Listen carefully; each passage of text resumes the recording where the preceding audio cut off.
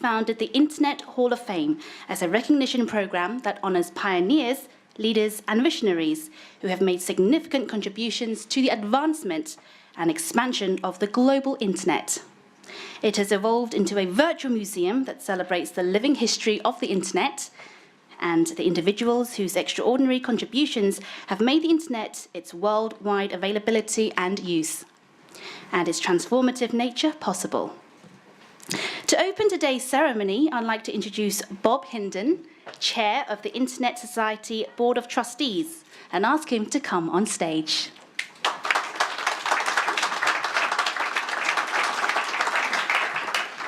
Thank you very much. I'm very pleased to be here. This is my second trip to Hong Kong, and this was even nicer than my first trip. I've always liked this city a lot.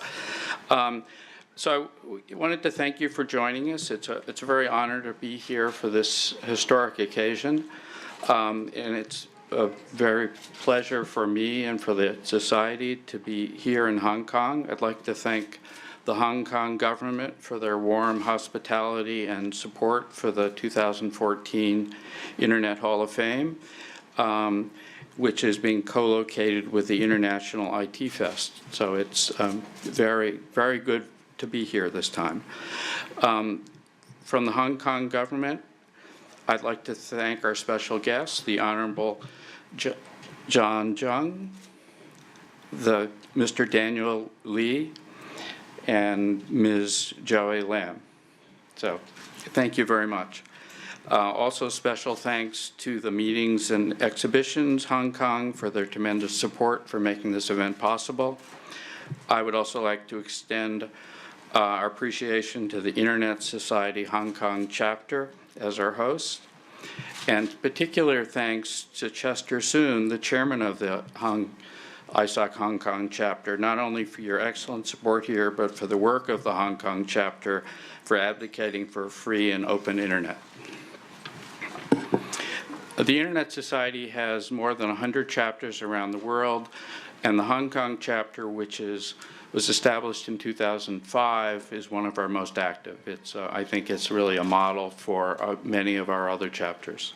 I'd also like to acknowledge Charles Mok. He's the founding chair of the Internet Society of Hong Kong and is now the legislative counselor for IT. And also welcome all the special guests of the Internet Society Hong Kong chapter.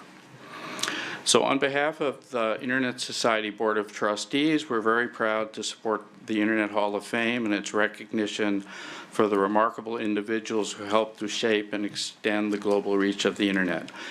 And I'd particularly like to recognize the ISOC Board of Trustees are here. We had our board meeting here, just concluded earlier today. Could you all stand up? I know you're here. Good. Thank you.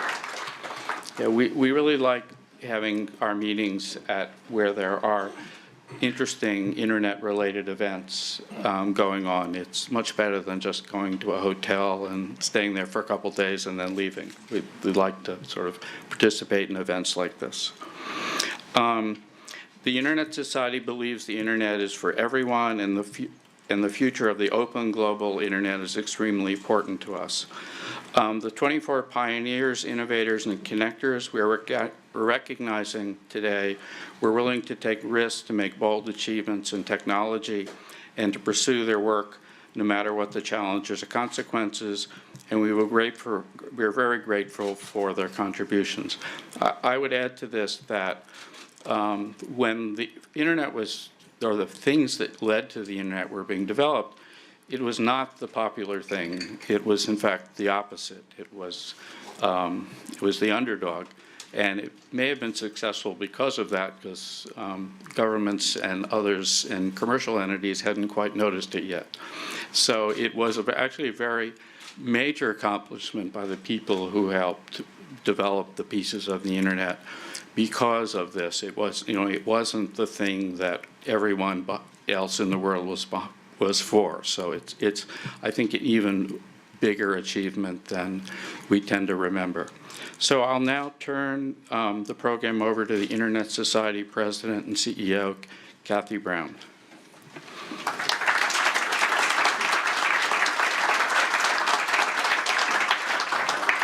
Hello, everyone. You all look very beautiful tonight and very handsome. Thank you for being here, one and all. Thank you all, the guests we have, for joining us today. I'm quite impressed with all the jackets and ties on our technology folks. So this year's inductees they comprise a diverse group of some of the world's most influential engineers, trailblazers, innovators, and thought leaders, representing many different countries and backgrounds, each with an inspiring story to tell. And I hope you've had an opportunity to actually read about how these folks changed the world.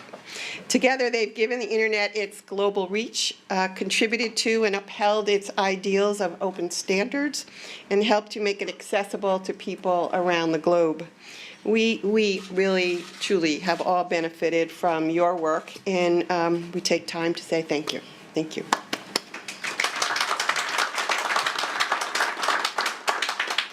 I'd like to acknowledge several important partners in the Internet Hall of Fame. First, our sponsors. Affilius has been a long-time partner of the Internet Society, and I know Ram is here somewhere. We are extremely grateful for their continued support. And Telescenaria International Carrier is a new sponsor for us for the Internet Hall of Fame, and so we thank you also for your support.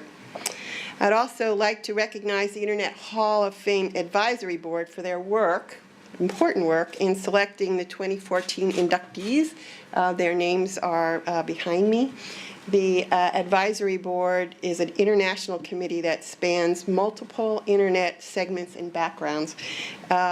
As I said, here they are, but we have two with us today. My friend Raul Echeverria, where are you, Raul? And Andrew Vu, who takes pictures of everyone, too.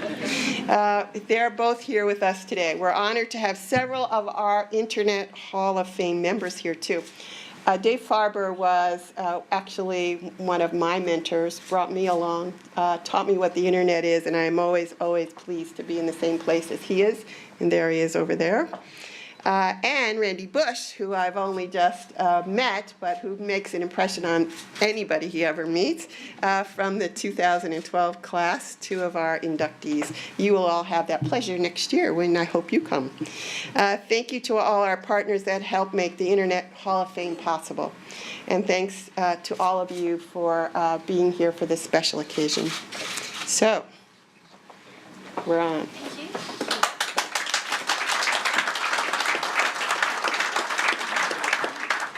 Now I want to take this opportunity to introduce our guest of honor, the Honorable John Zhang, Financial Secretary of the HKSAR Government.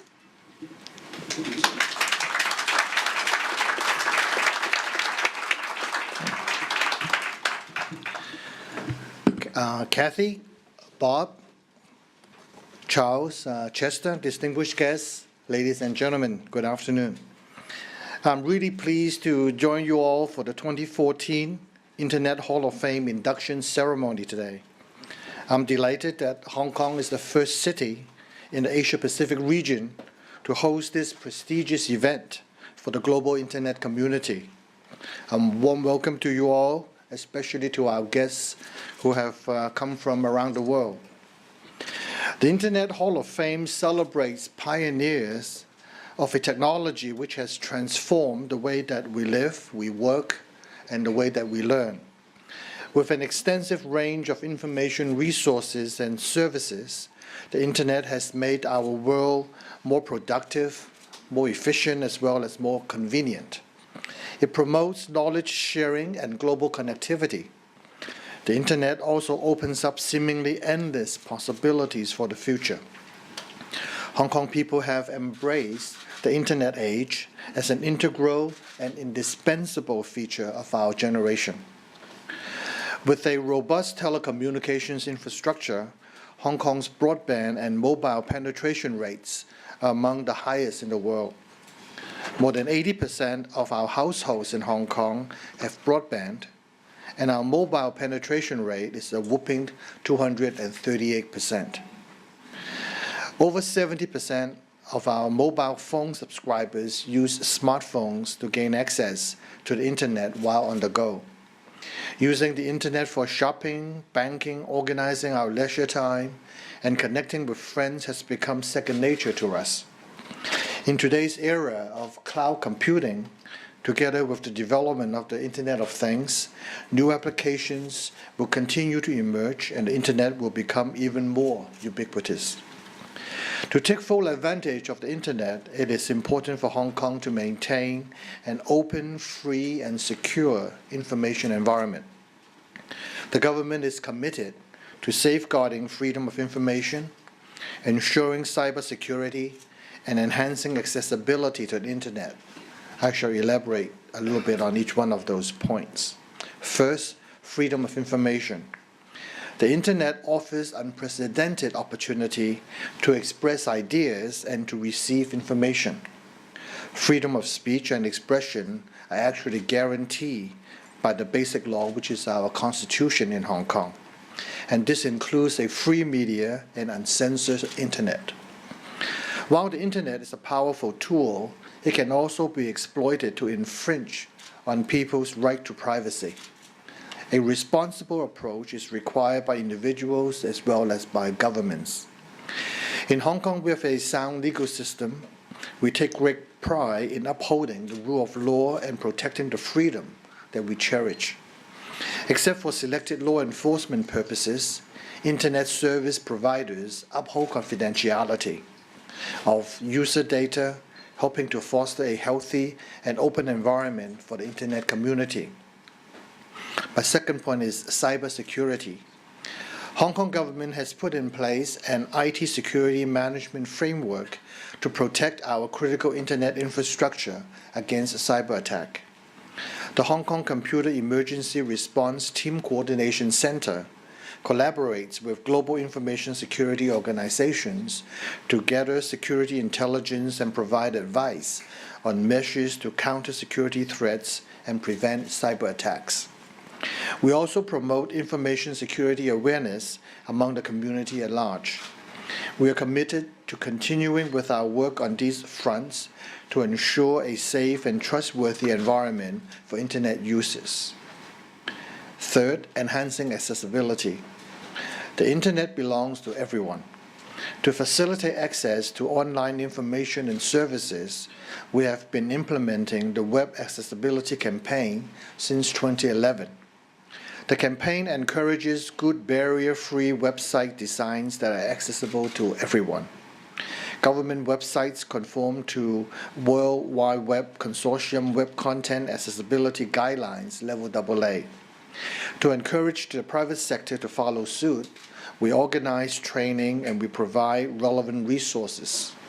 We have also launched a Web Accessibility Recognition Award to salute organizations and enterprises which adopt web accessibility designs in their websites.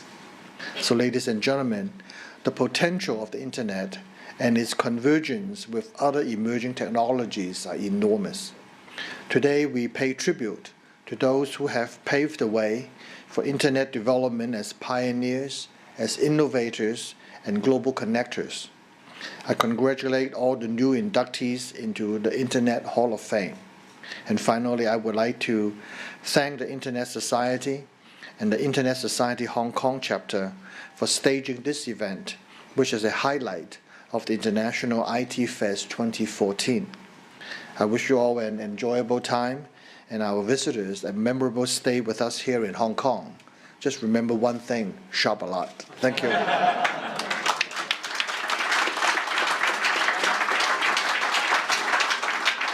Thank you very much. And now let us introduce our local host, Mr. Chester Song, Chairman of the Internet Society Hong Kong chapter.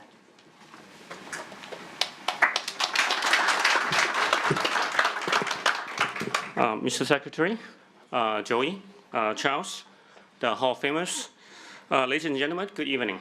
On behalf of ISOC Hong Kong, I must thank the ISOC Board of Trustees and also the Internet Hall of Fame Committee to allow ISOC Hong Kong chapter to be the local host of such a magnificent event of the Internet community. It is only our privilege and honor to have such an event being hosted in Hong Kong. When you hear thank you notes or speeches for Oscars or similar, our ceremonies, people usually start by saying, thank you to so-and-so, without these people, the making of such movie would not be possible, blah, blah, blah.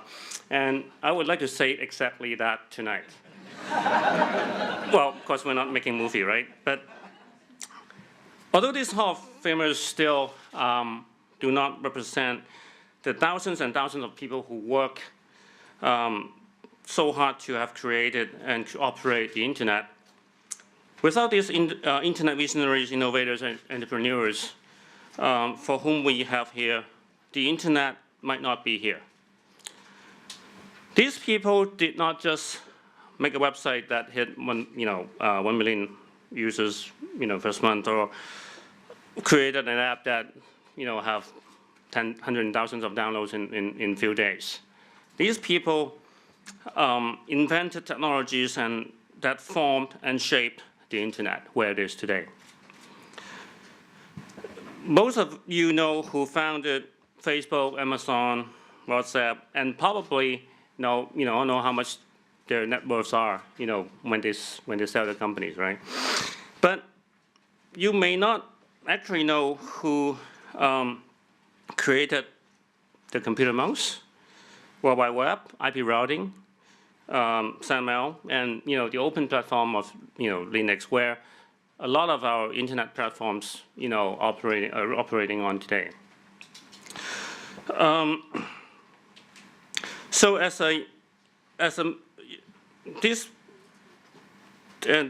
the technologies and software that these people created or invented have affected the way internet exists, the way it is used, and even how it will be changed in the future.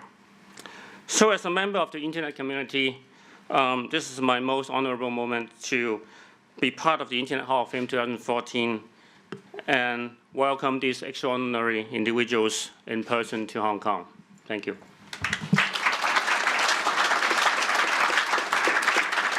Thank you very much. And now is it possible to have a group photo of all of you sitting there on the stage? If you just stay there. Photo opportunity.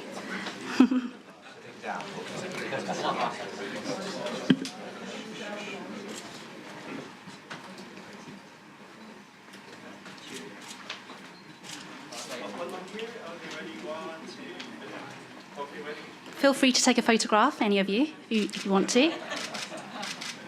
Okay, one more here. Okay, ready? 1, 2. Okay, one more time. 1, 2, 3. Yeah.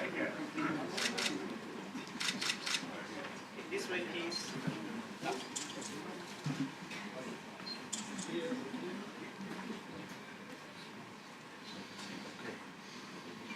Okay, thank you. Now, the big moment for the awards. We will announce our 2014 inductees, and when your name is announced, we'll ask you to come up to the stage and make a few brief remarks. We have a sample of the award here on the table for you to see, which is a medallion encased in a shadow box. For ease of transporting, we will ship your award to your home in the next several weeks. Today, when you come up on stage, Kathy Brown will hand you a leather portfolio and certificate as a keepsake from this event. So let's begin with the inductees, starting with the innovators. Innovators category, recognizing individuals who made outstanding technological, commercial, or policy advances and helped to expand the internet's reach. Eric Allman. Created Deliver Mail for the ARPANET and SendMail, one of the first mail transfer agents on the internet. Let's welcome him. Eric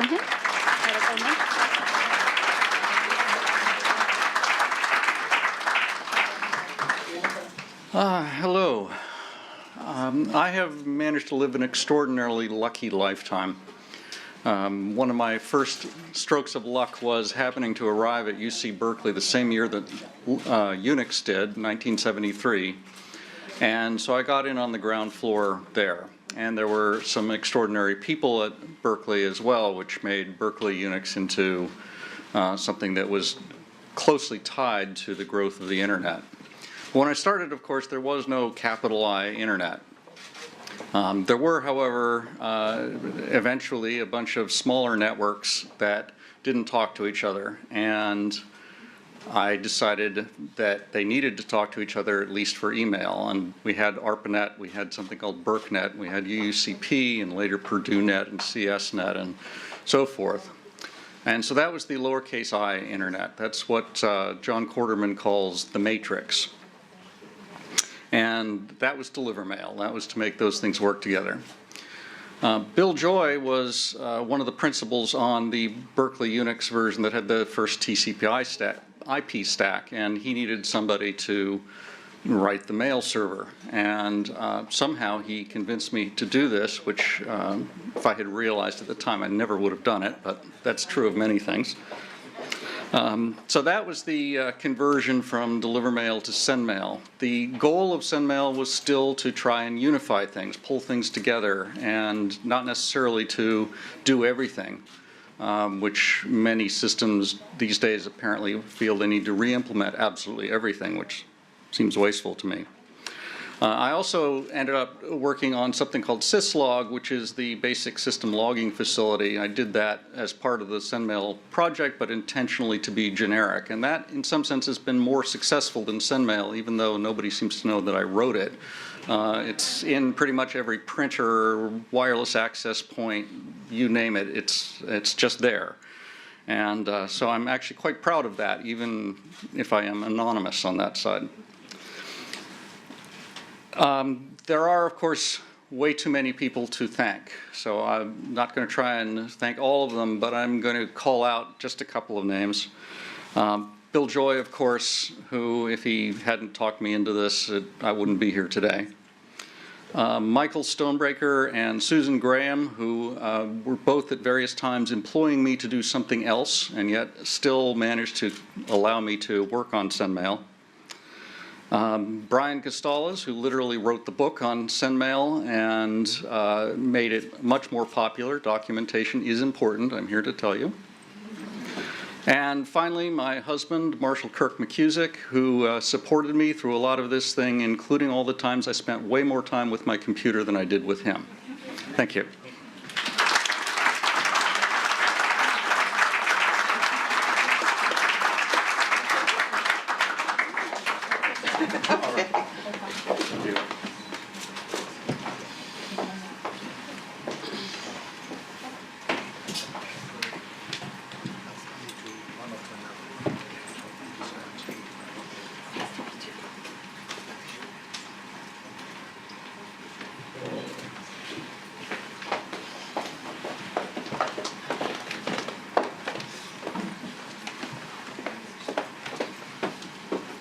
Okay, moving on to the second one, Eric Biener, who co-created the first widely used browser, Mosaic, and co-founded Netscape. Eric was not able to join us today, but we will accept this award on his behalf. Okay. Next, we have Karl-Heinz Brandenburg, the driving force behind some of today's most innovative digital audio technology, notably MP3 and the MPEG audio standards. Let's welcome Karl-Heinz Brandenburg.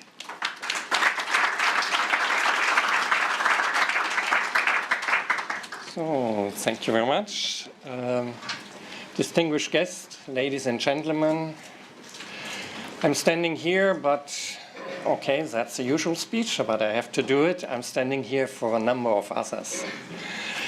Like it's usual in science, of course, standing on the shoulders of others. There was a lot of other work. But there were a lot of other people involved in that.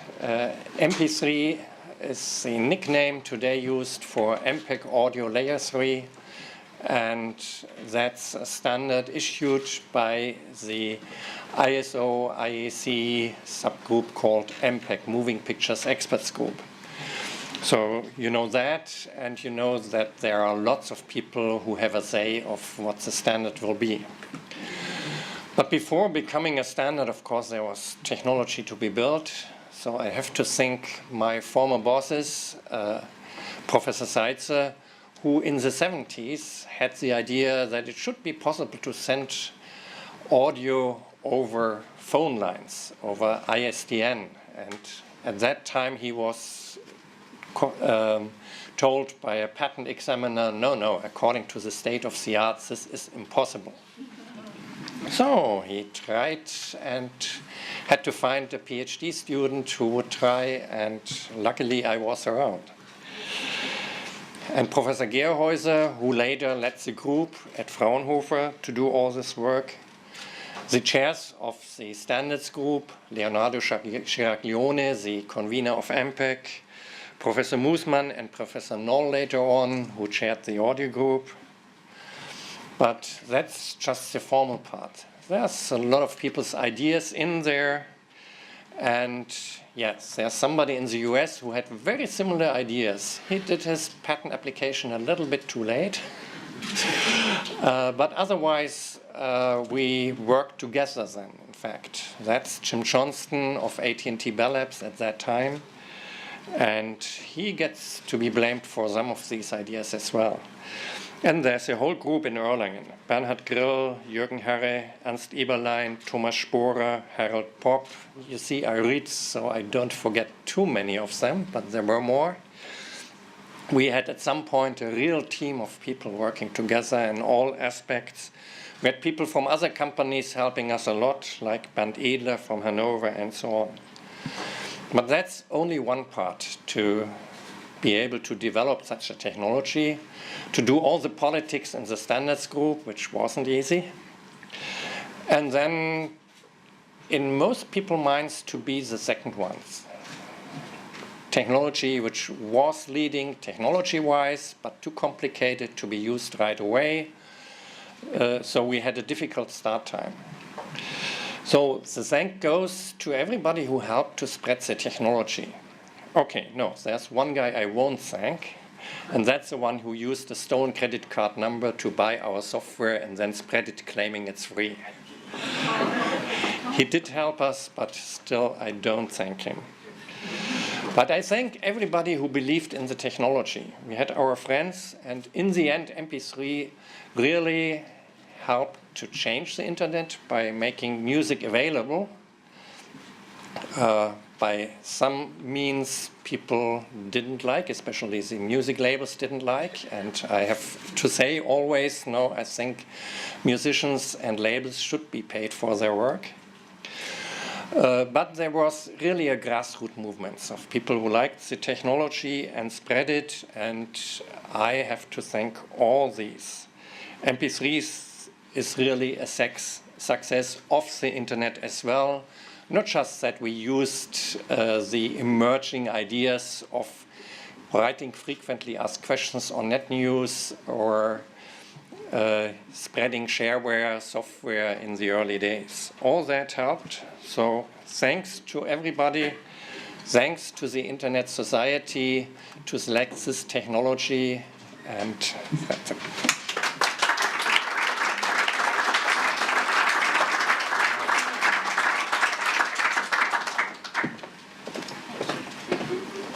Next, we have John Choffey, known as the father of DSL.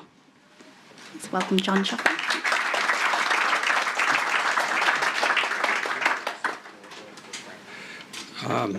Well, first let me begin by thanking the Internet Society for selecting me. It's truly a great honor to be inducted here into your Internet Hall of Fame. In viewing the list of previous and current inductees, one is awestruck by the just to be included among them.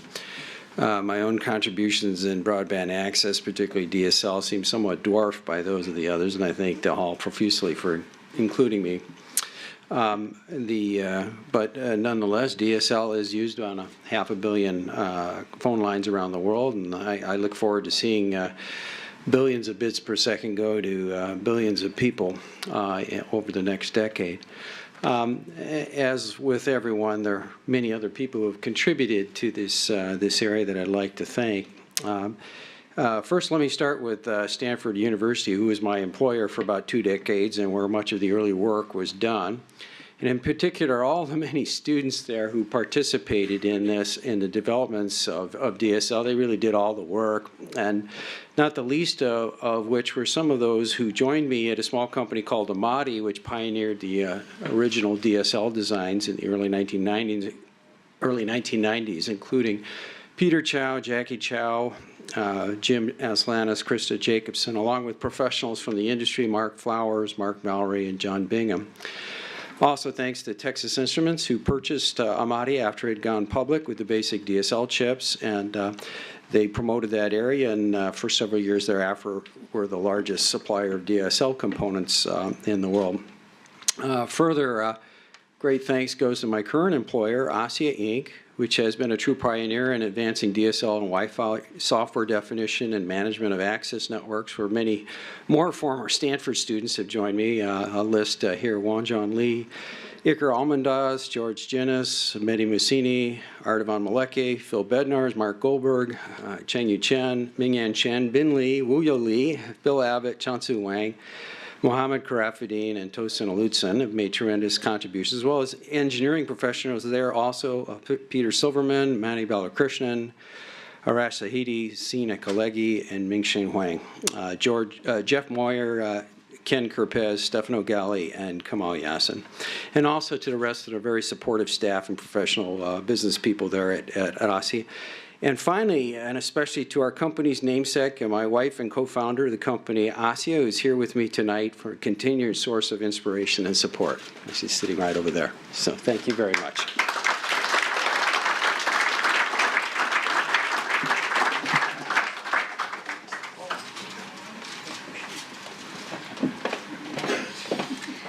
Next, we have Hualin Qian, led completion of the initial internet connection in China and the construction of China's top-level domain.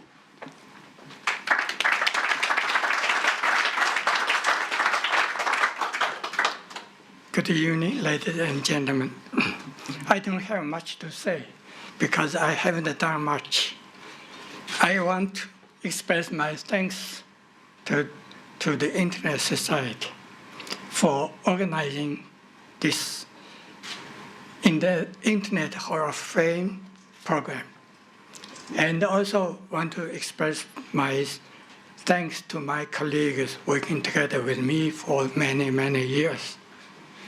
Lastly, I want to express my thanks to the Internet pioneers who invented the Internet. This is not only beneficial to the people around the world, especially in China. There are more than 600 million people using Internet every day. But also, it's very beneficial to me. For me, they created job opportunities to get rid of unemployment. Thank you.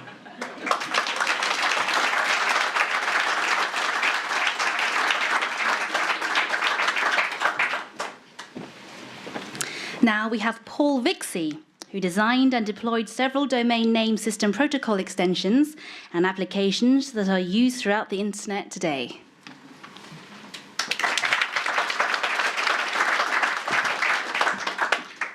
Ladies and gentlemen, thank you. I spent the first half, let's say 15 years of a career trying to make communications easier.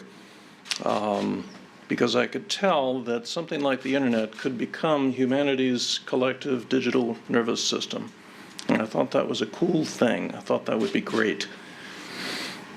I've spent roughly the second half, another 15 years, trying to make communication harder, or at least more selective and safer, because of all of the criminals and spammers that we brought with us when we created humanity's collective digital nervous system.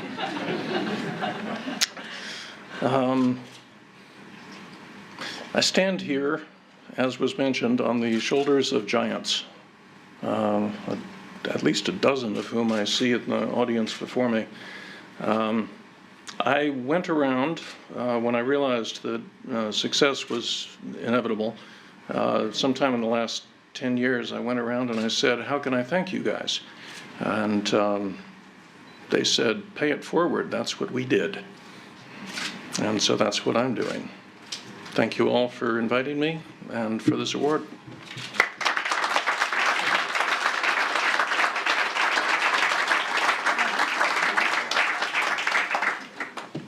Now we will move on to our next category, which is Global Connectors, recognizing individuals from around the world who have made significant contributions to the global growth and use of the internet. Firstly, we have Di Davis, who introduced internet technology into the pan-European backbone EuropaNet.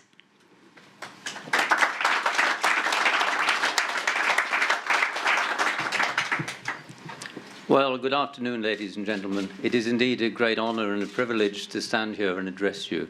It is a really remarkable looking back over 23 years working in the internet environment.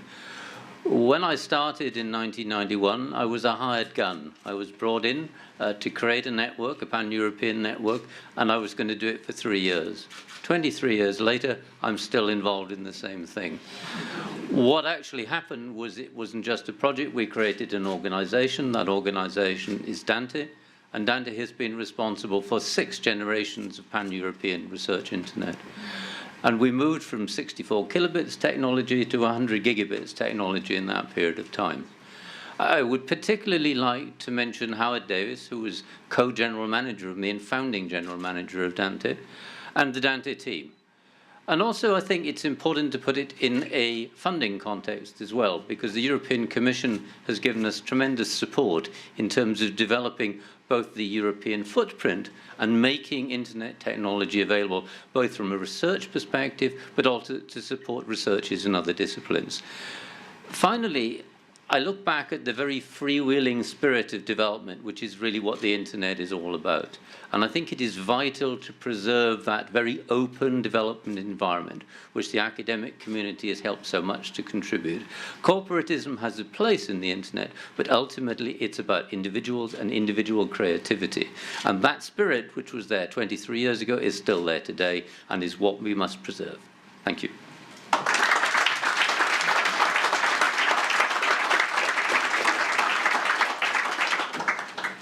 Thank you. Demi Getchko, key player in establishing the first internet connection to Brazil and member of Brazilian Internet Steering Committee since its creation. Good evening, ladies and gentlemen. What can I say? First of all, thank you very much to ISOC and the sponsors of this magnificent event. It's an honor for me to be here. It's an undeserved honor for me. But I'm proud to be a tiny bit of this construction, this marvelous construction that internet is, and keep being. We began this in the 80s in Brazil, began to connect academic networking, and so I am part of a big team that worked on that. I will not try to remember all the names, but I can remember Professor Oscar Sala, maybe remember also Tadao Takahashi, Ivan Moura Campos, Alberto Gomidi, Michael Stanton, and many others that will not cite their names right now, but really important on this effort. And we saw that the internet faced a lot of threats from the very beginning, the battle from protocols, how we can evolve the TCP/IP under the pressure of the current CCITT protocols for networking. I think that the problem is the same in many countries. And we see internet embracing billions of new users without losing its characteristics of openness, of voluntary contribution and freedom. And we hope that we keep it in this way. I finish with the well-known phrase of the late Postel that we are living very interesting times and keep living these interesting times. Thank you very much.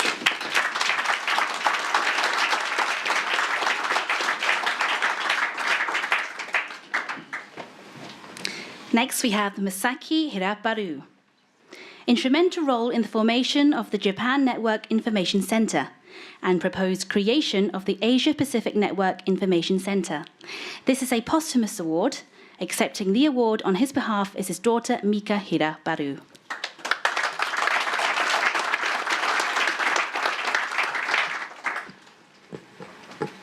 I'm Masaki's daughter, Mika Hirabaru. I'm very happy that I could participate in this ceremony today for my father. To be honest, I grew up without knowing much of his work.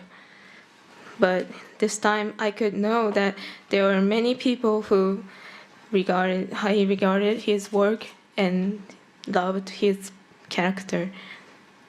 It's been 5 years since he passed away, but this induction gave me a chance to know the other side of him. I am very proud of him, and I really miss him. I want to say thank you to all people who came and regarded my father's work, and especially Mr. Maemura and Mr. Fujisaki to support me today. Thank you very much.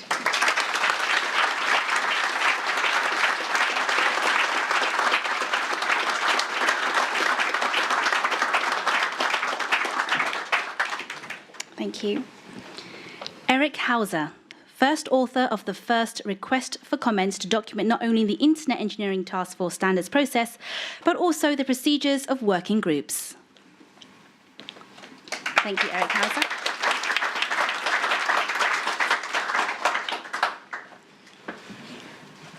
Well, I never thought I'd stand here and then have to say a thank you word in the same way that the Oscar winners do. I will thank my mother, but I'll do that a little bit later. I learned today a couple of things. I'm a music lover, and I learned two things today.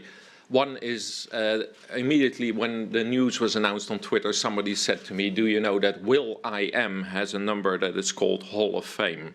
So that's something we should try and listen to tonight.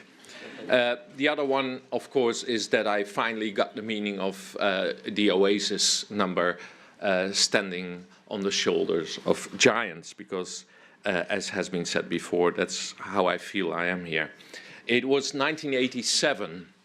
I had just finished my PhD, during which I had implemented the IP protocol on some PCs. And my boss, to whom I owe very much, Kees Naggers at that time. Kees, by the way, is also an inductee in the Hall of Fame. He sent me off to an internet meeting in Boston. And I arrived in Boston in a hotel, checked in, came downstairs and feared, what shall I do for dinner? And there I run into Vint Cerf, who didn't know me, of course, but I knew him. So I boldly introduced myself, and Vint said, hey, you want to come to dinner? And I said, well, yes, please. So he shoved me into a cab. And I turned around, and I was sitting besides John Postel, Steve Crocker, and in front was Vint Cerf. The rest, as they say, is history. So then let me start by thanking a couple of people. First of all, my parents, without whom I wouldn't be here. And they always inspired me to think independently. And I think that's one of the main things you can teach your children. Of course, my family. I've been away a lot. And they've always put up with that. My children never understood what I'm doing. They still don't understand what I'm doing here. But one of my daughters remarked, great that you go to Hong Kong, you can buy me a fake Gucci bag. And my employers, NOB, TNO, gave me all the freedom to do whatever I needed to do. But most of all, SurfNet. I used to work there from 2000 to 2012. I came back 2 years ago as CTO. And this is a company that always has worked to build a part of an open, trustworthy, and accessible internet. And that is exactly what I think I've been doing over the last 30 years. Helping to create that open, trustworthy, and accessible internet. I met many fantastic, motivated, driven, and especially fun people in the process, a lot of whom are in this room. And it really inspired me to work even harder on this. And I really thank you all for being here and being my colleagues and working with me. And last thing I want to say is that mid last year, I got incredibly angry when I realized that I've been building this open, trustworthy and accessible internet. Well, that's what I thought. And that governments have started misusing this same internet to spy on their own civilians. This is not what we built the internet for. So please, let's continue our work and make sure that governments don't misuse it in this way. Thank you.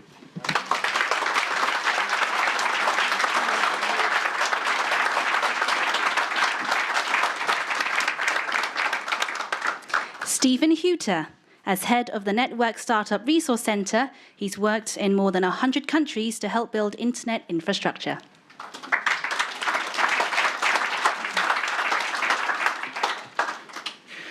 Thank you to the Internet Society and to the Hong Kong ISOC chapter for hosting this event, and to those who nominated me for this honor today.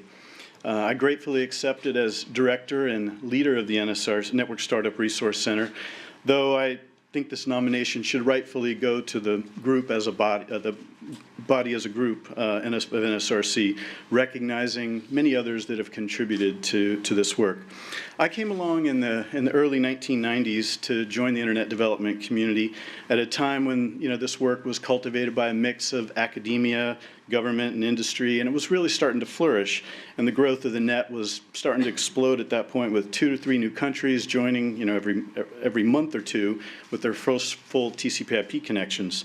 I met Randy Bush in Portland, Oregon in 1993, where he was connecting a number of countries around the world using FidoNet, UCPs, intermittent dial-up IP links, satellite IP links, all kinds of stepping stone arrangements that connected Peru, South Africa, Botswana, Namibia, Zambia, Zimbabwe, Belize, Lebanon, Guinea, Saudi Arabia, all were connecting through Oregon, through this work Randy had been doing, and others that were really designed to help computer scientists and network engineers in those countries provide internet access and services to their communities.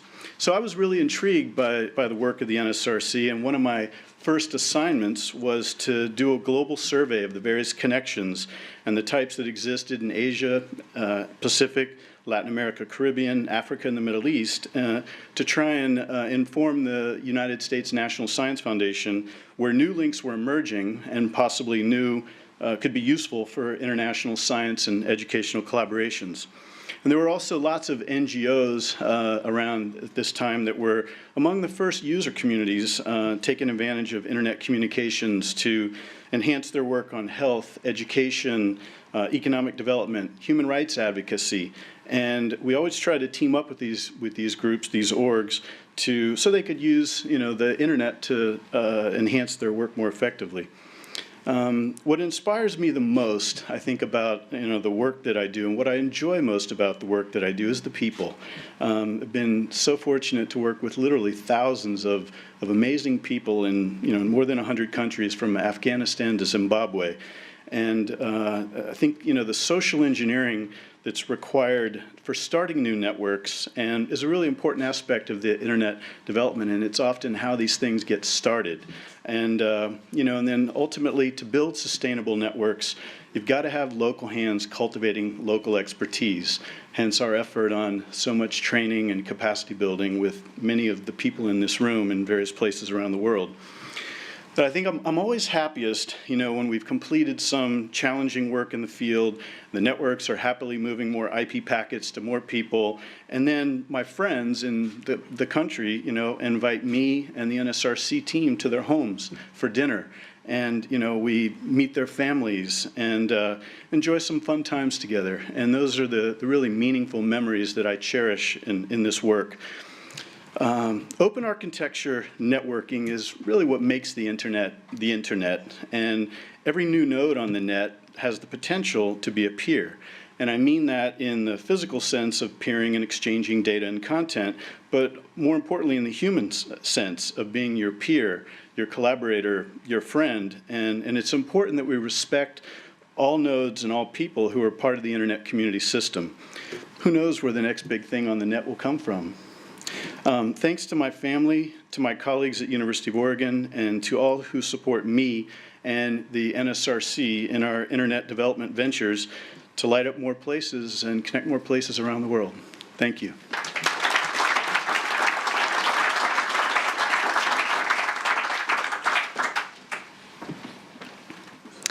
Abaya Endura, a pioneered academic and research networking and internet deployment in Sri Lanka.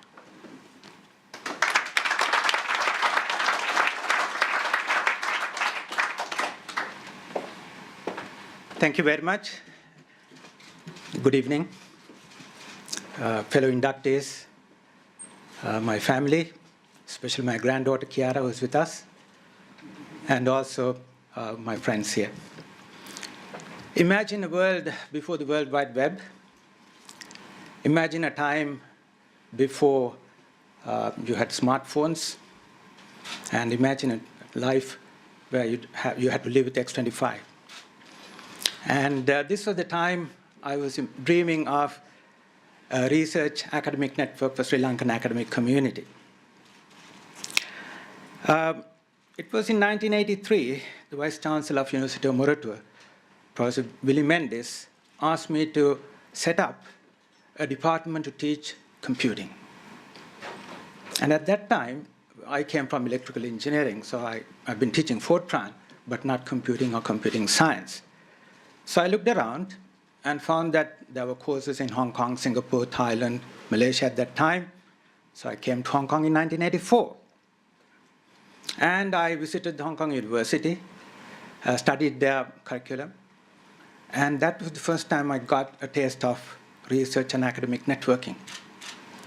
It was fascinating to see, even in 1984, with all the non-standard, disparate technologies, they were somehow exchanging information. And in 1989, I proposed to the Sri Lankan government the setting up of what I call LEARN, Lanka Experimental Academic and Research Network. You can imagine being a developing country, funds are not easy to come by. So in 1990, with very limited resources I had, we launched LEARN Mail, the first IP-based email for academics and researchers in the country. Initially, of course, Steve missed Sri Lanka in the list. Randy was always helping us to connect, UCP. So we were sending mail by IDD, which was very expensive at the time, connecting 3 times a week. Now, of course, the volume exploded. And within a few months, we were connecting 3 times a day. And because it was expensive, we had to seek support. And I must mention the support we got from the Computer and Information Technology Council of Sri Lanka. At the time, I was an inaugural board member, so I was able to twist their arms, get some funds. The University Grants Commission of Sri Lanka, and also the LUCNet, a not-for-profit organization set up in the US to support new ICT endeavors in Sri Lanka.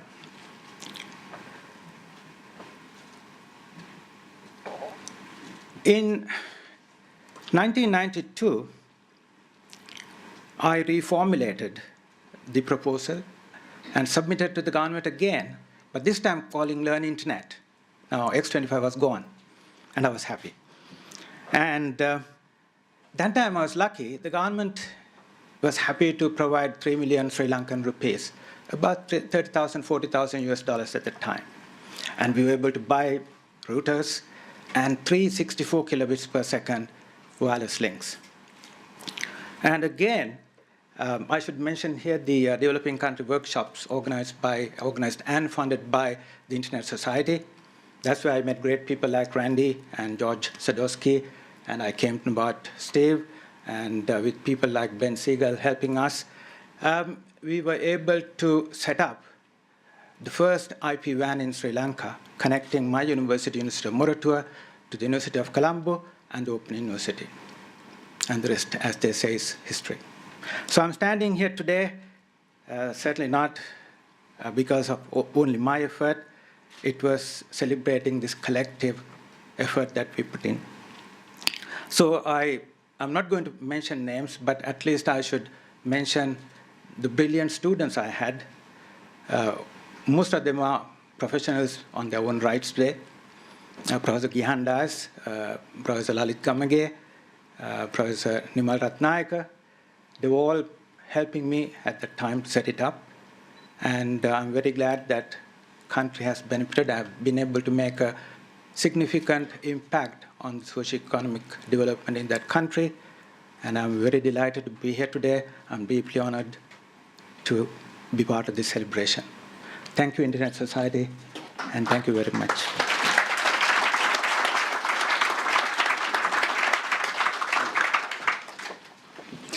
Dorcas Mathoni, founder of a mentorship and capacity building initiative for women in computing across Africa.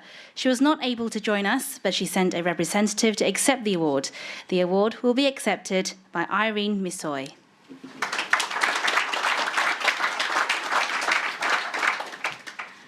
I'm greatly honored to be in your midst. I will receive the award on behalf of Dorcas Mathoni, who could not be here with us. She just had a small baby about a month ago. So a Linux Chicks member added on to the community. I'll read a small speech from her. Dear ladies and gentlemen, I'm greatly honored with this award. I'm really excited that I won it and want to thank you for supporting me and trusting my professional qualities. Your support means a lot to me. It is a recognition of my hard work during more than 20 years. Today, I'm an entrepreneur and a mentor, and I believe that I have followed my vocation.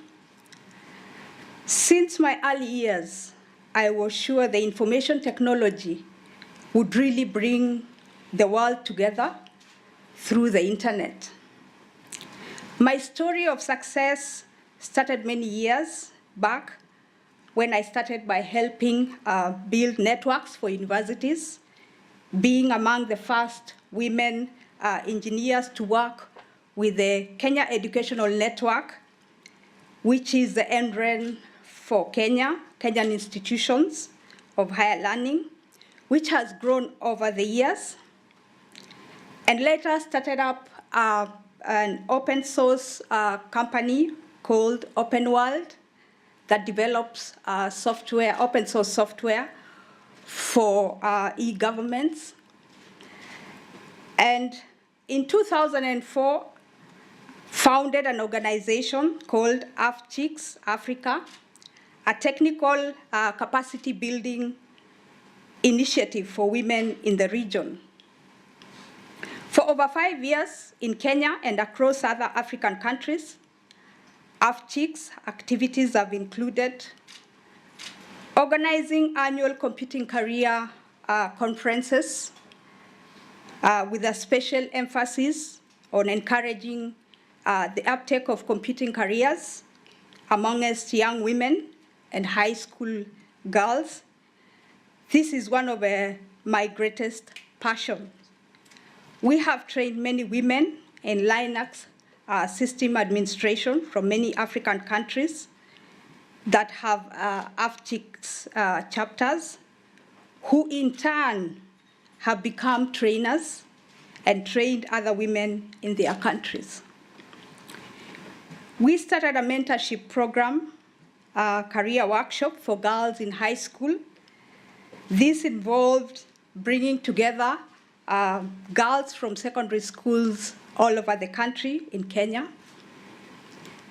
and invited women engineers, programmers, web developers to mentor the girls, and it takes to get into the various, and what it takes to get into the various careers in computing. And we have done this for the last 10 years. And this has really had an impact. And we can see this when we walk along the corridors of the universities that we work with. A girl walks towards me and says, "Thank you for helping me make up my mind into doing computer science. I attended one of the career workshops that you organized. And this gives me great joy to see many great women engineers from various disciplines. This gives me great joy. Thanks to the many great women engineers from the various chapters of UpChicks Africa. Thanks to our great sponsors like Internet Society, who have sponsored the various trainings all over Africa. Thanks to Steve Hutter from Network Startup Resource Center for the constant support in this. Though we all deal in different spheres, we have something in common. It is striving for better. And I'm glad I can say this. It is a great honor to be inducted into the Hall of Fame in the category of Global Connectors. Thank you.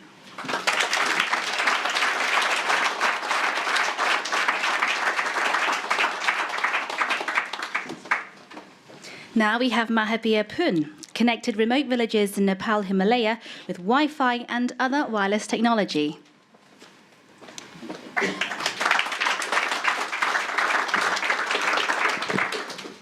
Thank you very much for inviting me to speak, and thank you. I would like to thank you all for inducting me in the Hall of Fame. I did not invent anything. I am not an innovator. And the only thing I did is, in early 2000, when the Wi-Fi was just coming, I used the simple indoor router to make a long-range, wireless link, 40-kilometer link, to bring internet in my home village. That was the starting. I did not know that time much about the technology itself. I could not have done everything without the help of these undergraduate university students from America and Europe. It was a time, when it was illegal. The government had banned to use all kind of wireless equipment and bring it into the country because of the fighting going there. So those university students, undergraduate students, they helped me to smuggle everything, all these, these small indoor routers to the country, and they helped me to, build.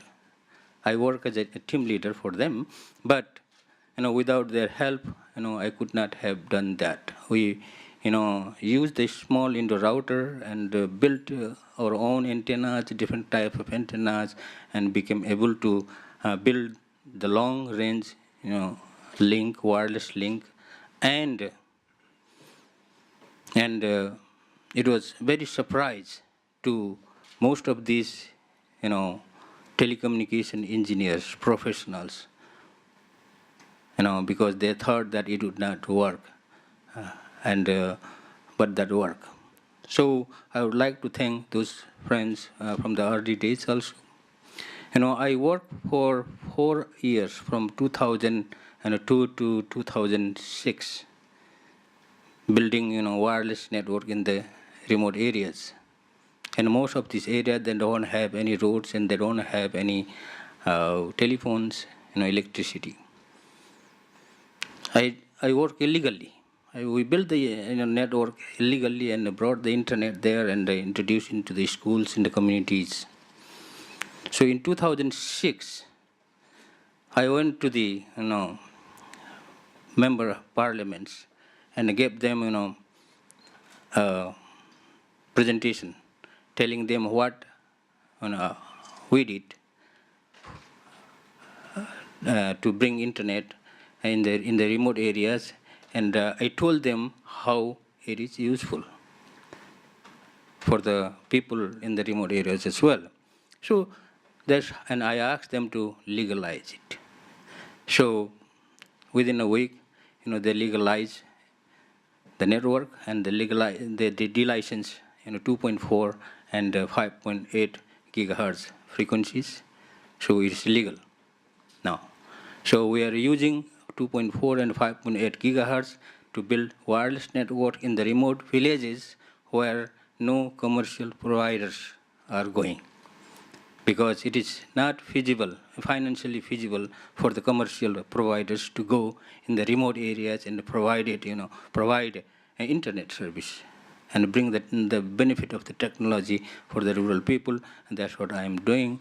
And I hope that this award will help me to, convince the government to do more to introduce the technology in the area, and for the benefit of especially for the people who are, at the bottom of the pyramid. So I am not only advocating with the government for open and free internet. I am advocating with the government to make, the internet available freely also, because the people simply cannot afford to have it. So for that, what I am advocating with the government is to use the Universal Obligation Fund to provide the free internet for the people in the rural areas and bring the benefit of the technology there. Thank you very much.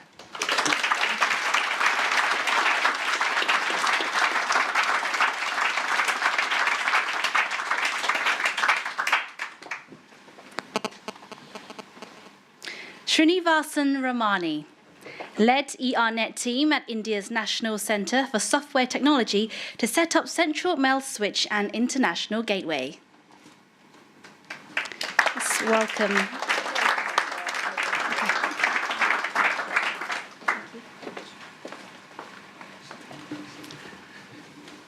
Thanks to the Internet Society and to the Internet Hall of Fame for having invited me here and honoring me. I stand here as a representative of a number of groups of colleagues. The work that was described was a part of what I did as a part of the Indian Academic Network project called the Education and Research Network, ERNet, funded by the Government of India and supported by the United Nations Development Program. And it was perceived, it was conceived in a spirit of networking for development, for developing countries everywhere. There was an excitement with the idea that developing countries needed computer networking technology very badly. And this technology had a very special meaning for them. And the academic community could be forerunners in adopting and adapting the technology and innovating on it and making it available to industry and to business. So it was part of this large program that I worked on this. We were fortunate. We were in Mumbai where there were excellent telecom facilities. And I was the director of a National Center for Software Technology, as was mentioned. And therefore, we were Unix hackers, and with BSD Unix, for which I paid a princely sum of $110 for, the reel came free, a reel of tape. And with this $110 worth of BSD Unix, we were able to get a lot done, get the suite of computer networking suite running, and we were all set and ready for networking, but the telecom links were not there. So, but Mumbai had the internet, not the internet, the international gateway for telecom, so it was not too difficult for us to get good telecom connections to the world. And we connected with Center Wiskunde Informatik in Amsterdam. Colleagues there were very kind enough to give us a connection. And we set up the first internet gateway in India. This was done by the ERNet project team at the National Center for Software Technology.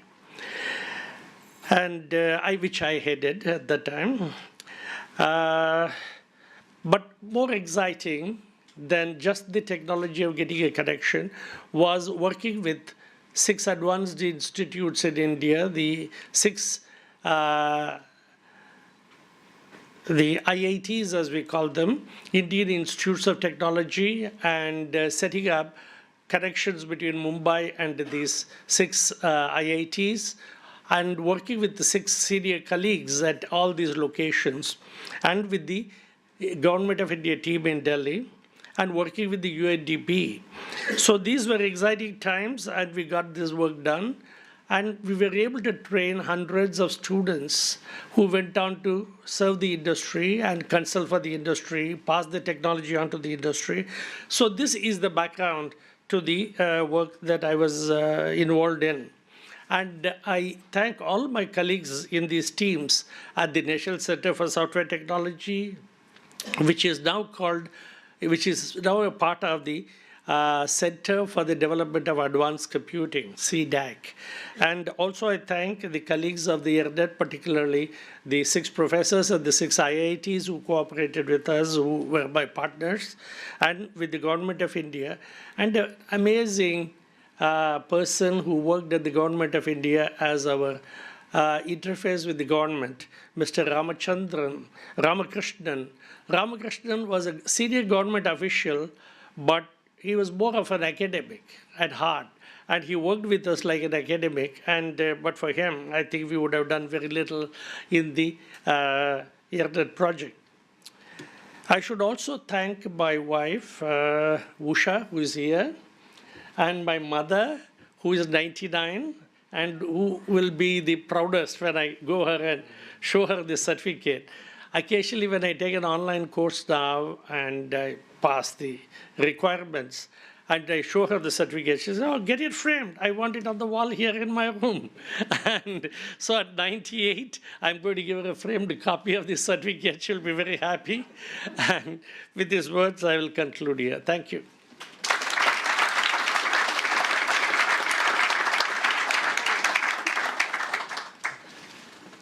Next, we have Michael Roberts, First President and CEO of ICANN.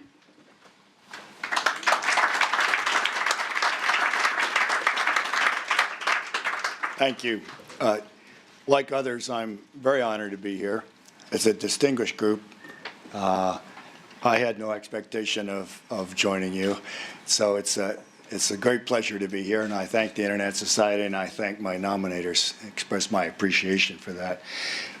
My love affair with computing, which became after a while a love affair with networking, began in the middle 60s when I was a graduate student in business at Stanford. And someone said, you know, there's something going on the west side of campus having to do with computers. And so I wandered over there and sort of poked around, and there was an IBM 7090 and a Burroughs B5500, and somebody said, you know, you ought to take a programming course. It might be useful. Well, it was certainly interesting. I'm not sure how useful it was, but those were heady days.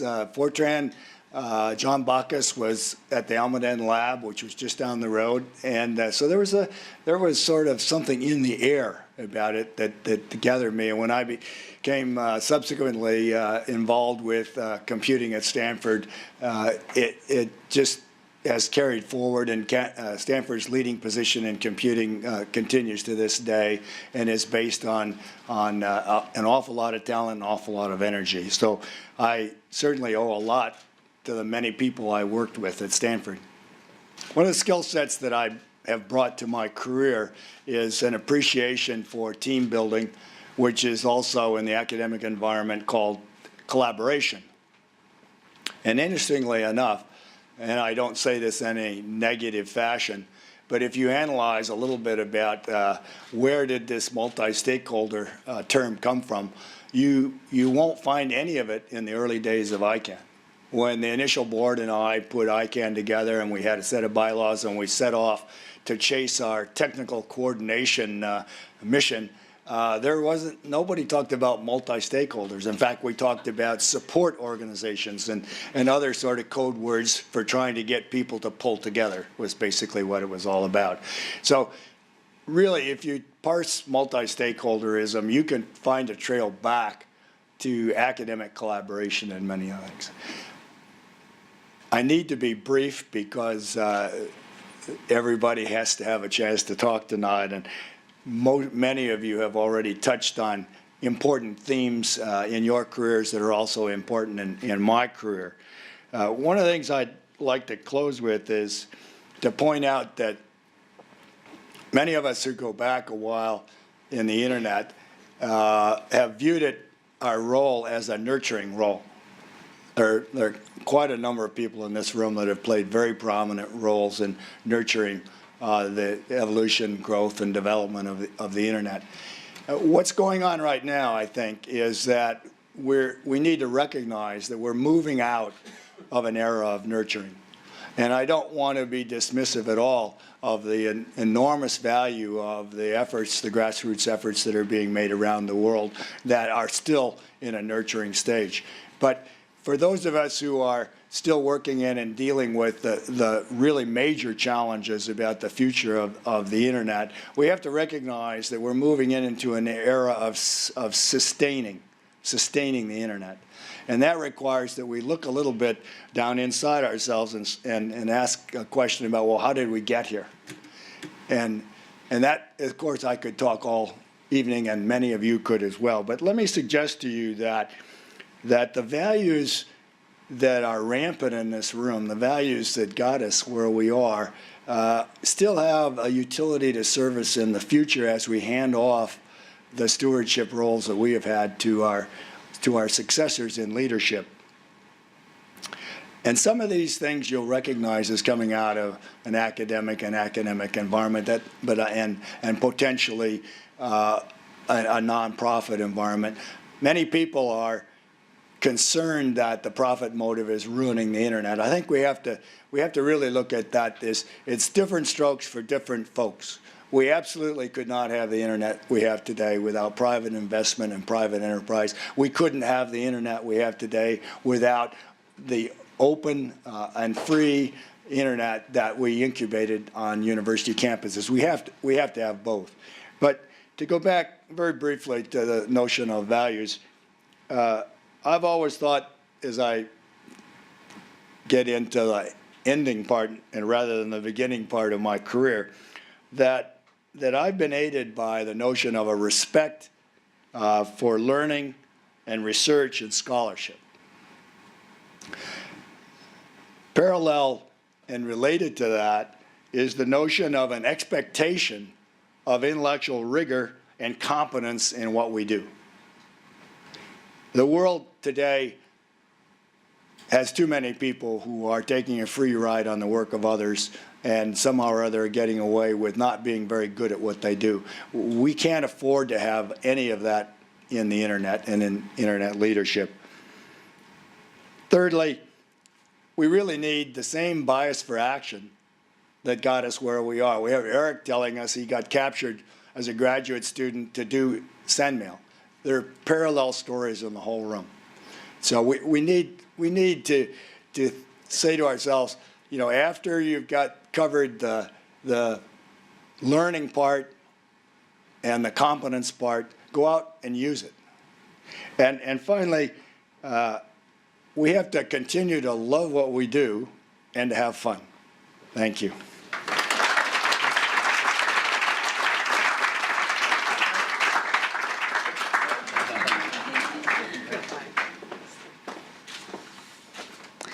Next, we have Ben Siegel, enabled the web's development by coordinating TCP IP's adoption within CERN.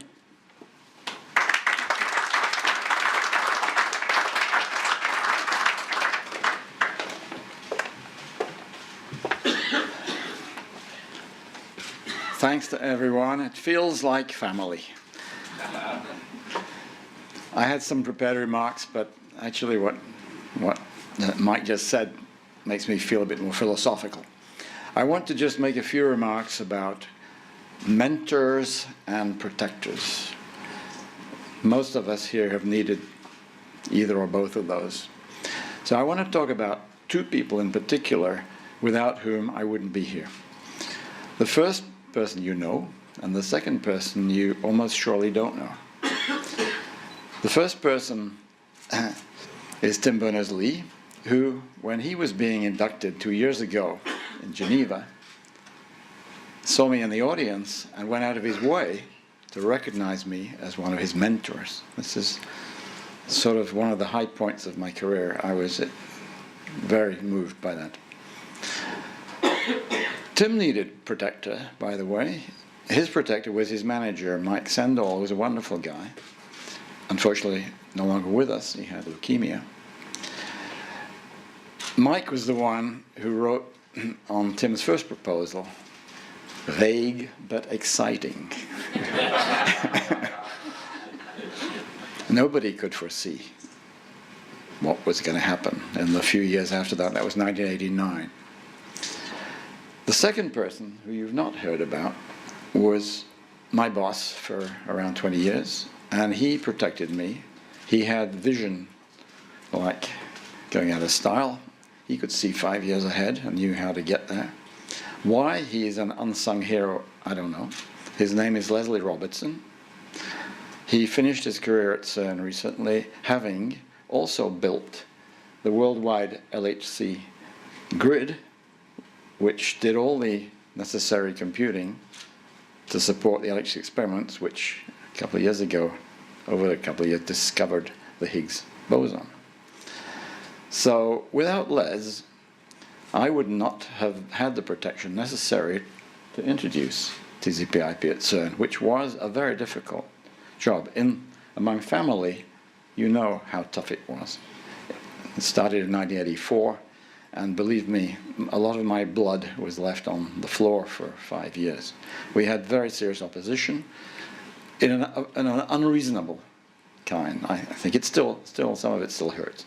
Anyway, Les, who is a great politician, when I have a dirty trick done to me, I tend not to forget that. But Les could smile, carry on with it, and people like me need people like that. Okay. I'm losing track now. Okay. I should also say, I want to thank my family, apart from the family here. I want to thank my own family who tolerated me many years. I want to thank my son Adam, who's here, who actually flew me here in his Boeing 777. And thank you again for the society and for the nominating committee or whatever it was that got me here. Thank you.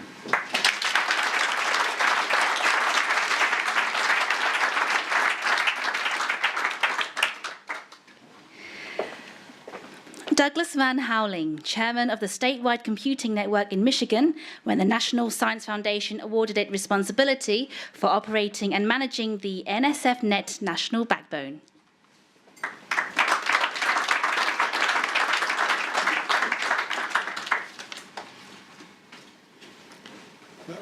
Like all of my colleagues, I'm extraordinarily honored to be with you tonight to share this honor. I want to thank the Internet Society and all of you who have worked together to make the Internet possible. I also want to thank you for recognizing the work of my colleagues at Merit, at Internet2, and the global higher education and research community that has given us so much of what we now know as the Internet. You're really recognizing their effort as you recognize all of us here tonight.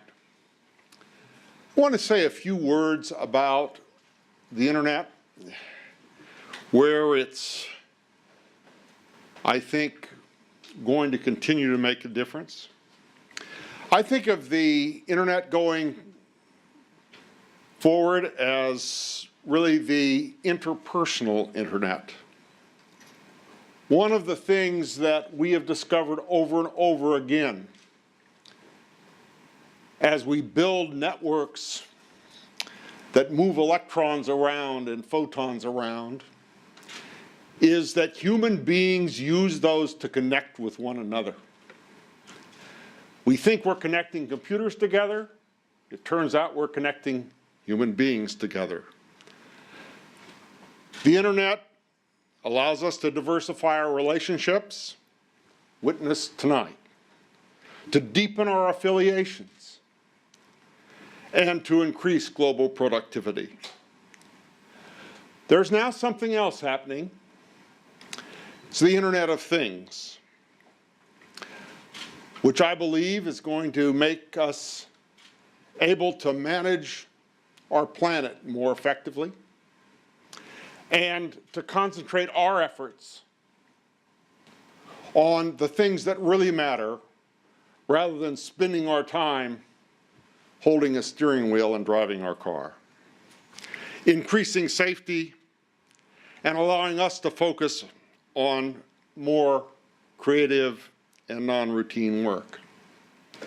But you know, both the interpersonal internet and the Internet of Things offer opportunities for corporate and government intrusion into our lives, for solutions that are based primarily on private as opposed to public benefit.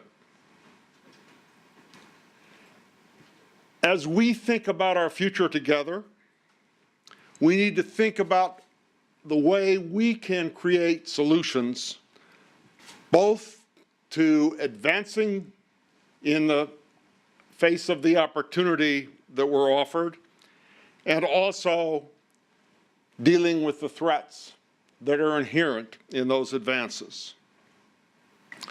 I am personally convinced that strengthening organizations like ISOC, ICANN, IETF,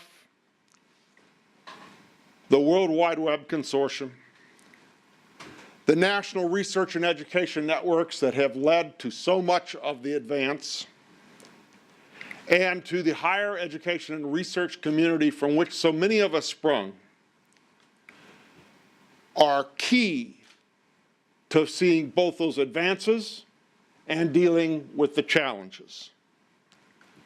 We have together led innovation and governance in the past. We must lead into the future.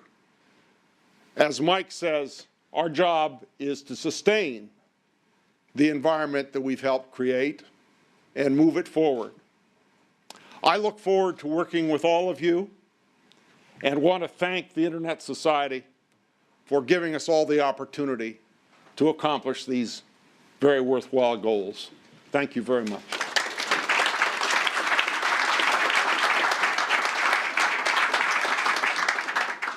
Thank you. Our next category is the Pioneers Circle, recognizing individuals who were instrumental in the early design and development of the Internet. First, we have Douglas Engelbart, early visionary for technological firsts, including computer mouse, display editing, hypermedia, and cross-file editing. This is a posthumous award, and his daughter Christina Engelbart will accept the award on his behalf.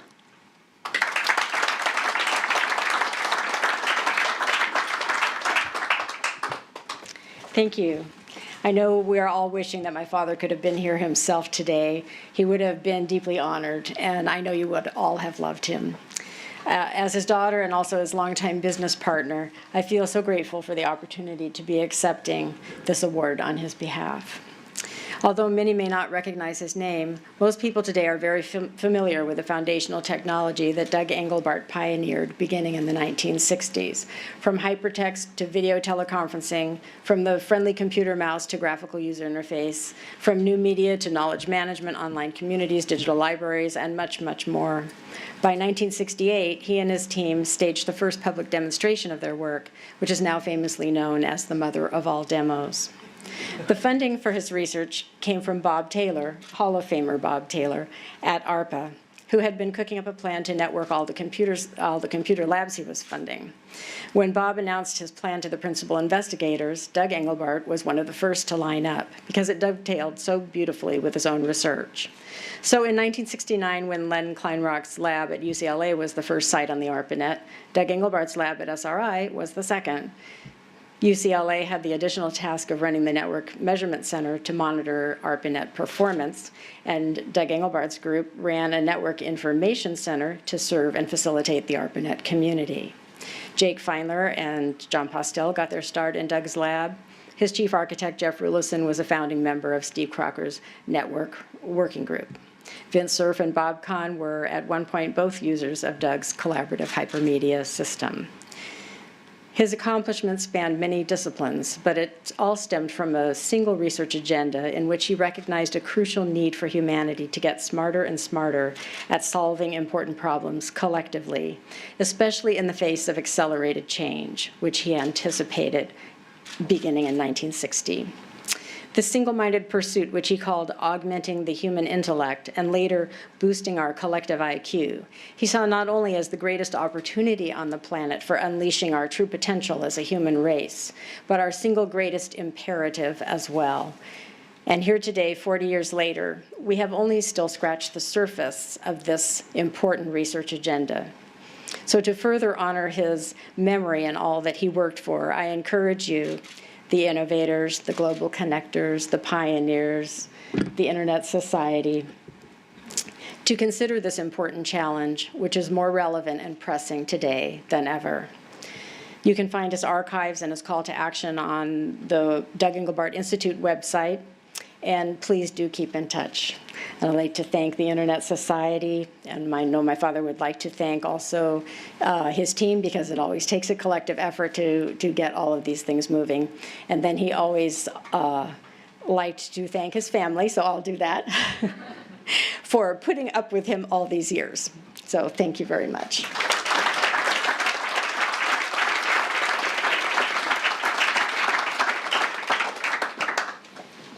Next, we have Susan Estrada, founded SurfNet, one of the original regional IP networks that serve the academic and commercial communities in California.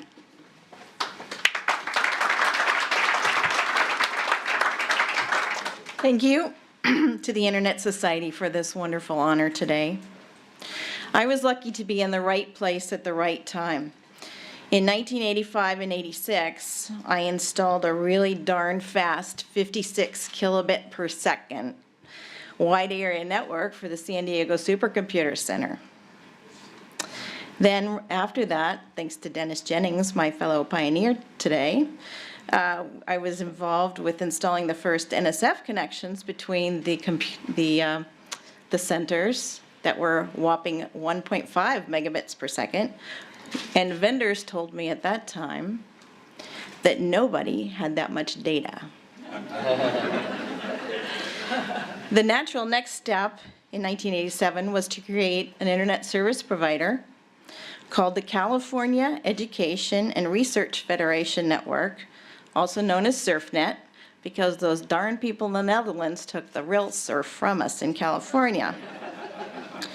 My team developed a number of notable firsts for the internet, including the first deployment of dial-up IP. Sounds so 1982, doesn't it?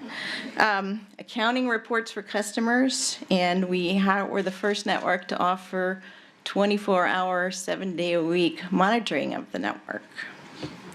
One of our earliest commercial customers was a small startup named Qualcomm.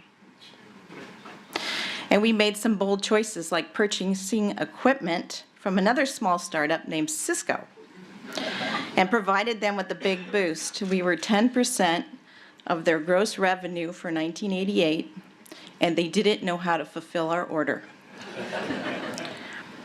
And working with PSINet and UUNet, we formed the interconnection, enabling the first commercial internet traffic via the Commercial Internet Exchange, also known as the KIX.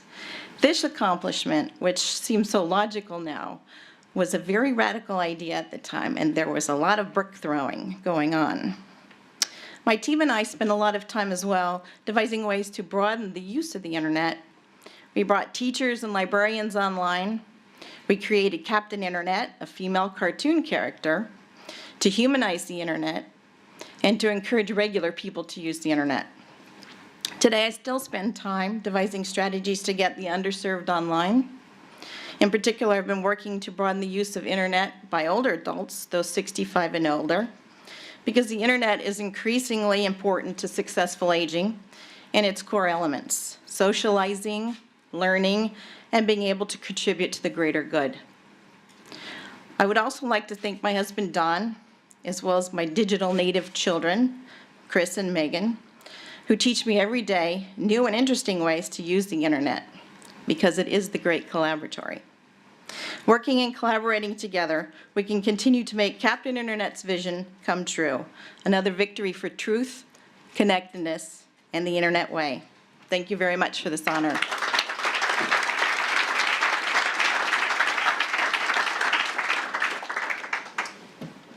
Now we have Frank Hart, who led a small group at Bolt Beranek and Newman that won a contract to build the interface message processor for an expandable 4-node ARPANET. Frank was unable to attend, but accepting on his behalf is Bob Hinden, Chair of the Internet Society Board of Trustees. Yeah, I'm very honored to be able to accept this for Frank. We talked on the phone last week, so he asked me to say a few things. The first was, I think someone mentioned sort of being at the right place at the right time. So he said that happened to him twice. First to work on the Whirlwind computer project, you know, in the early days of computing, and then later on the ARPANET. So he had a very remarkable career. He said that the thing he most remembers about the building the early ARPANET was it was really an amazing effort by a few people. You know, it shows what can happen when you put together a very talented group of focused people, and they can really accomplish an amazing amount of things. Because this was not some giant project. This was a really small, focused project, and they did so many, I think, remarkable things that sort of built the base of what, you know, many of the technologies like routing that really led to what we still use today in the internet. So he wanted for me to thank you for his Hall of Fame induction, and he accepts this on behalf of the team who built the original ARPANET. Thank you.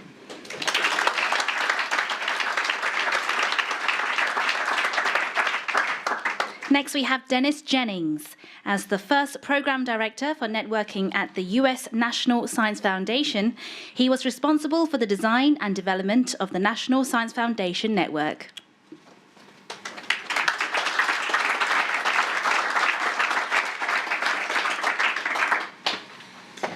Thank you. Good evening. I'm delighted and really honored to be here. But before I tell you a bit about the past, let me tell you a bit about today. And some very interesting and exciting new news. Last week, the European Parliament passed an act enforcing net neutrality, and that's a major step. It's now up to the governments, so we need to lobby the governments to make sure that they're not lobbied by the telecoms industry to undermine this step. And this morning, the European Court of Justice overturned the Data Retention Act, the directive in Europe, citing that the security does not trump personal privacy, and this whole directive has to be rewritten. And I thought we have a job to do to make sure that that's rewritten properly. Now, let me tell you a little bit. Yeah. I think this is important. But anyway, back to the past. 29 years ago, I was involved in networking in the decade of the 80s, and I was invited to join the National Science Foundation as the first program director for networking. I started on the 1st of January 1985, and I was on 15 months leave of absence from University College Dublin. So I had this window of opportunity to do something. Now, I was hired to build a supercomputer access network, or a set of networks for supercomputer access. The reason I took the job was that I saw an opportunity to do something much bigger in that. So, with the benefit of hindsight, I'll now express what I did in sort of the terms I would use nowadays. I'm no longer involved. I'm a venture capitalist, an angel investor, that sort of stuff. So what I think I did was I took a long-term strategic approach to building the network rather than a short-term tactical view. And that meant supporting the longer-term needs of all researchers in the United States at their desktops, rather than only the supercomputer users access supercomputers. That meant building a scalable network of networks, an internet, based on campus, regional, community, backbone networks, rather than a set of dedicated supercomputer access networks. And 2 of those had already been funded by the time I joined. This meant changing the way the NSF itself approached the work I was trying to do. Normally, the NSF program directors sit and wait for interesting proposals. The approach I took was to define the mission, indeed to define the technology. It had to be an internet, it had to be TCP/IP, to mandate that TCP/IP would be used, in some cases in due course, and inviting proposals to fill up those components of the network of the networks. This meant leveraging NSF funds by involving the research community and providing seed funding to enable those communities to build their own networks and spend their own money doing so, rather than seeking a single contractor to build a network, although later on for the high-speed backbone that proved to be the best way of doing it. And that meant my role was to provide leadership. To go out, and I spent the 15 months going around the United States talking to people and trying to excite people about the research network and about participating and contributing to this effort. And to find a way to accommodate the short-term battles, and they were intense, between the strategic view and the tactical view. And I had many public battles when people pointed out that I was undermining the health of US research by going for a long-term strategic view for a technology that didn't work very well, the TCP/IP internet technology, rather than the short-term tactical MFE net or DECnet, which worked very well indeed. And that's why I think the NSF Net program was successful. My work was based on the vision and enthusiasm of many people who went before me, and indeed by the people who followed. In particular, the only person I'm going to mention by name is Steve Wolf, who took up the work and turned it into the NSF Net and the internet we have today. But most importantly, my work was supported by the dozens, perhaps even hundreds of people, some of whom you've already recognized in the Internet Hall of Fame, some of whom are recognized today, who took up the challenge. These were research leaders, researchers, networkers. They took up the challenge. They put their own time and effort in, and they made the NSF Net program work. So it's on their behalf, all those people who actually did the hard work, that I'm very honored to be here to accept this award, and I thank you.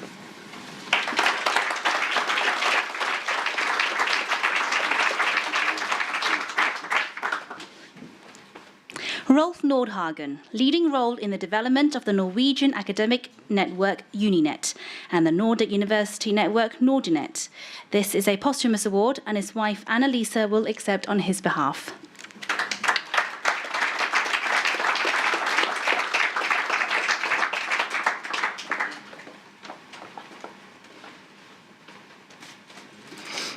First of all, thank you to the committee for inviting me. On behalf of the whole family, I would like to thank the ISOC for honoring my late husband, Rolf Nordhagen, participating in the history of the Internet. He would have been so proud to be recognized in this way.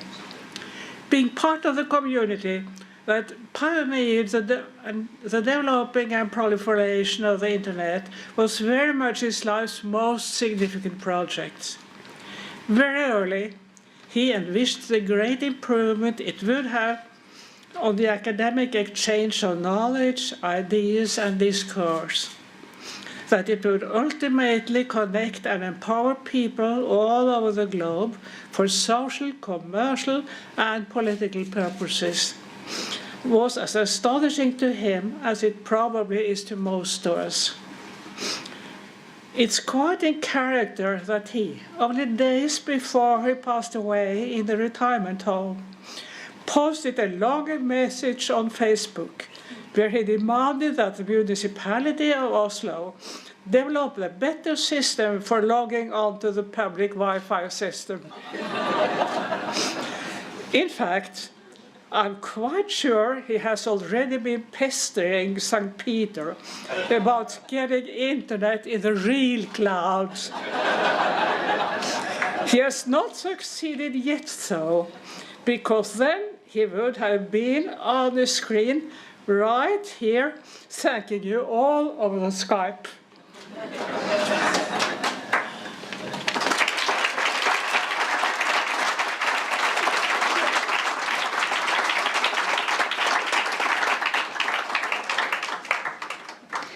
Radia Perlman designed a protocol in the 1980s that continues to flourish for routing IP today.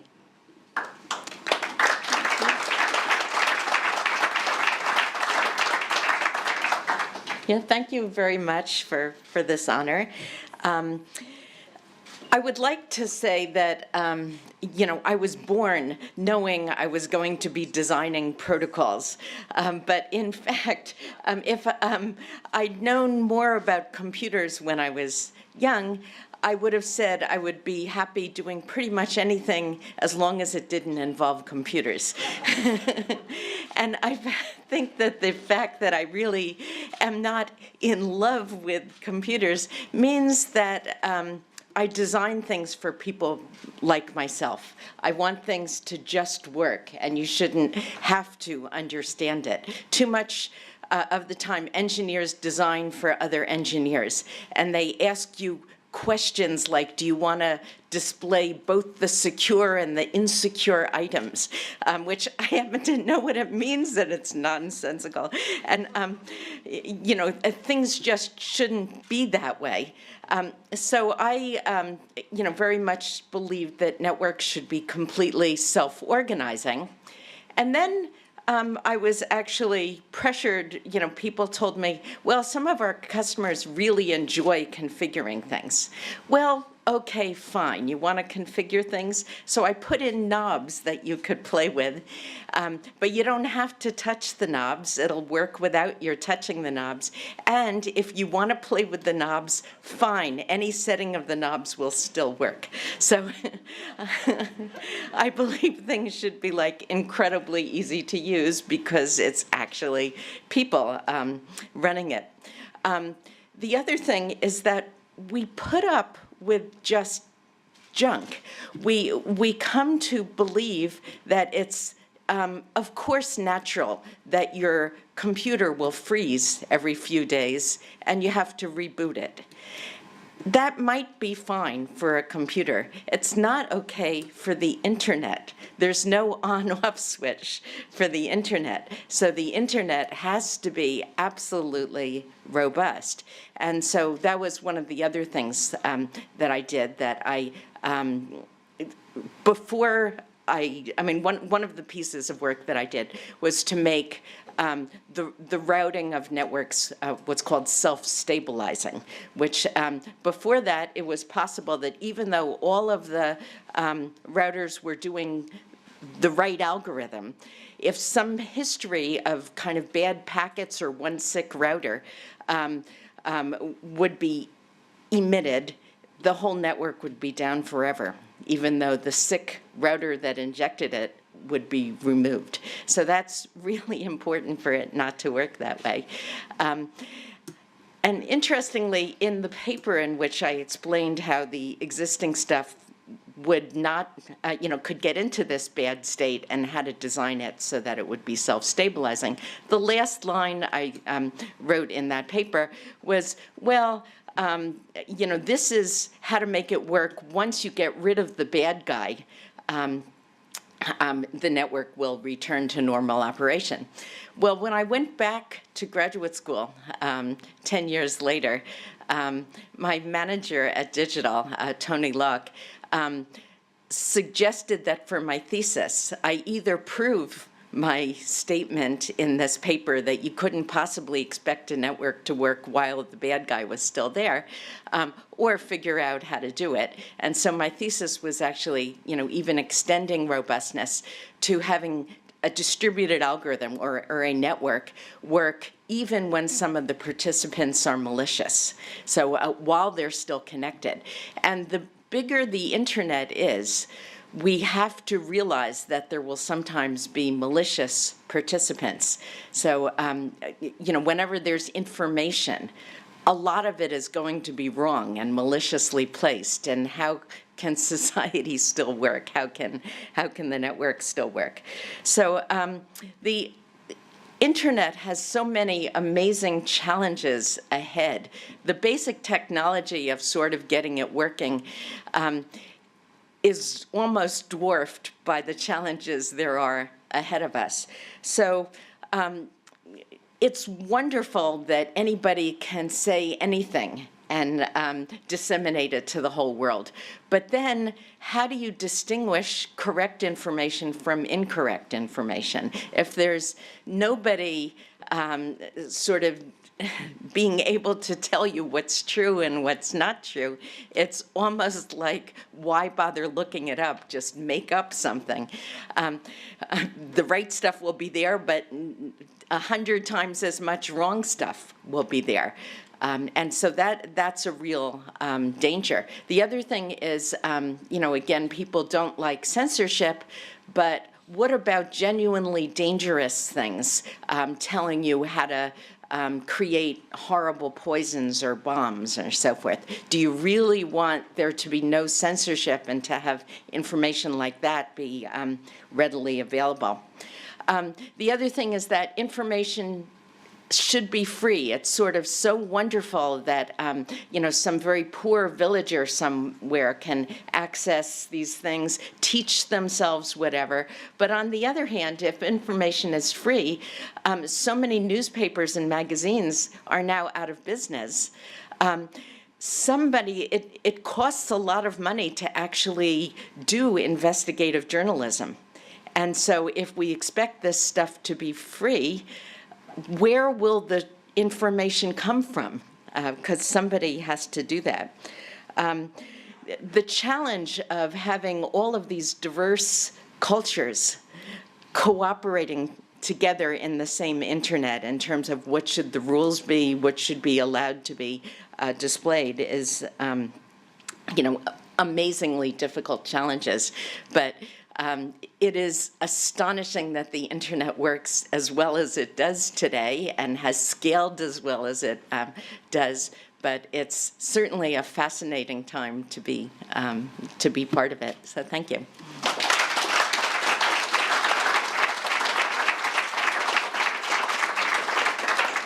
A big congratulations to all of the inductees.